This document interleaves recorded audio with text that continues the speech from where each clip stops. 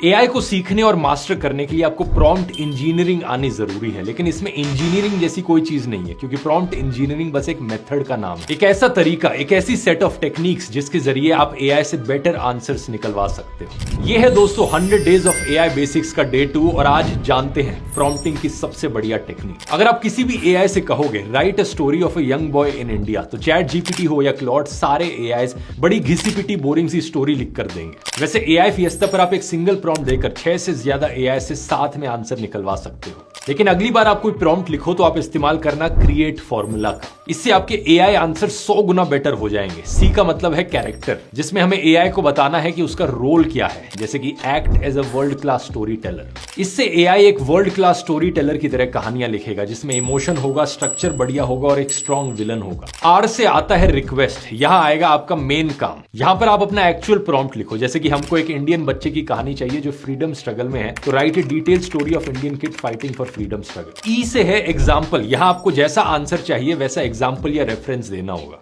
जैसे हमको पिक्सर फिल्में पसंद है वैसी स्टोरी टेलिंग चाहिए, तो हमें लिखना है write a story arc like Pixar movies. A से आएगा एडजस्टमेंट्स। अब आप अपनी एक्सपर्टीज या एक्सपीरियंस से एआई को गाइड कर सकते हो कि जैसे एग्जैक्टली आपको क्या चाहिए, मुझे हीरोज जर्नी वाली एंगेजिंग स्टोरी चाहिए। टी का मतलब है आउटपुट। अब एग्जैक्टली बताओ किस तरीके का आउटपुट आप चाहते हो, आपको पैराग्राफ के फॉर्म में चाहिए आउटपुट, या बुलेट पॉइंट चाहिए, या टेबल के फॉर्म में चाहिए। ई से होता है एक्स्ट्रा गाइडेंस। यहां पर आप अपनी एक्स्ट्रा इंस्ट्रक्शंस दे सकते हो, जैसे कि ऐसी कहानी लिखो जो एक 5 साल के बच्चे को भी समझ में आए, तो make it easy to understand for a 5-year-old। अब ये सब लिखने के बाद आप एआई फिएस्टा में प्रॉम्प्ट एनहेंसर बटन भी दबा सकते हो, इससे आपका प्रॉम्प्ट और भी बेटर हो जाएगा।